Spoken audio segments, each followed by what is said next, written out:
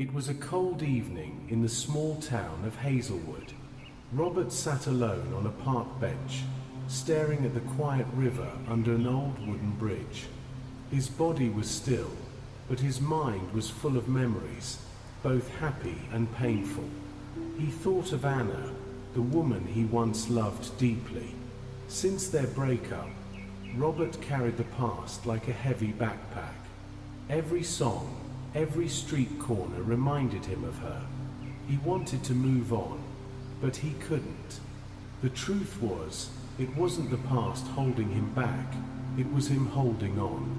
Anna also struggled. She moved back to her parents' house, hoping time and distance would heal her. But every night, memories of Robert returned. She remembered how they met in a bookstore, how nervous he was asking for her number, and their shared dream of opening a cafe.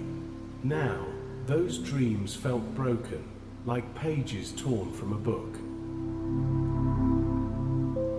One evening, Anna's father sat beside her and said gently, "Life doesn't ask us to erase the past. It asks us to learn from it and keep moving. If you carry yesterday on your shoulders, you won't have the strength for tomorrow." His words stayed with her. Meanwhile, Robert's healing began unexpectedly. A friend invited him to volunteer at a children's art workshop. At first, Robert refused. He felt too sad to be around joy.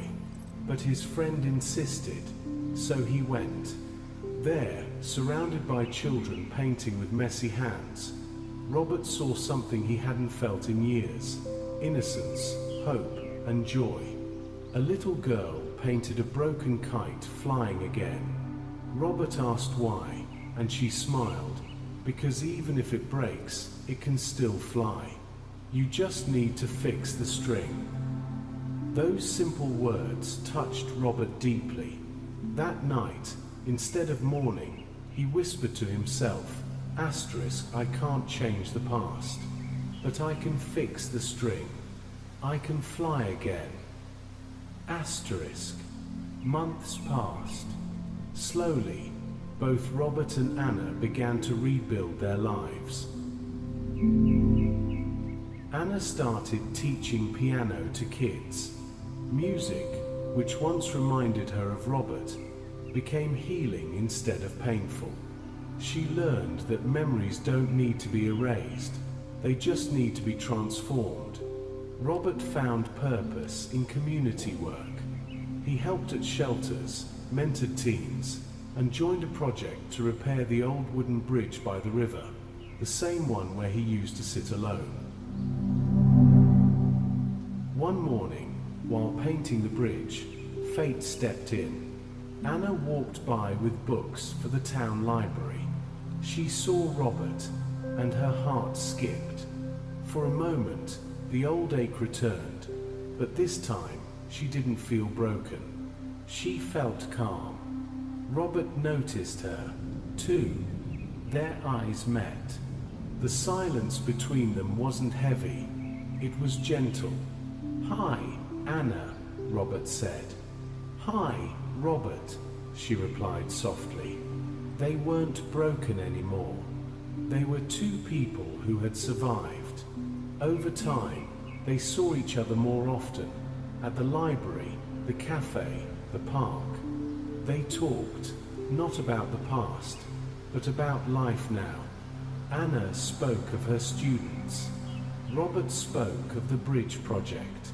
They even dreamed again, but not the same dreams as before, new ones, born from who they had become. One evening, Anna told him, "For so long, I thought forgetting was the answer, but forgetting only made me run in circles. What freed me was accepting that our love was beautiful, but it's not who we are anymore." Robert nodded. "I used to think the past was a prison, but now I see it's just a chapter. Chapters are meant to be read, learned from, and then turned." Time passed, and though they didn't become lovers again, they became something just as valuable, friends who respected each other's journeys. They had crossed a bridge, not just the wooden one over the river, but the invisible one between holding on and letting go. And in crossing, they found freedom. The lesson of their story was simple. You don't have to erase the past to move forward.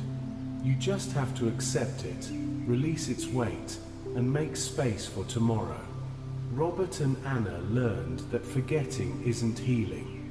Healing comes when you stop carrying yesterday's pain and start embracing today's possibilities.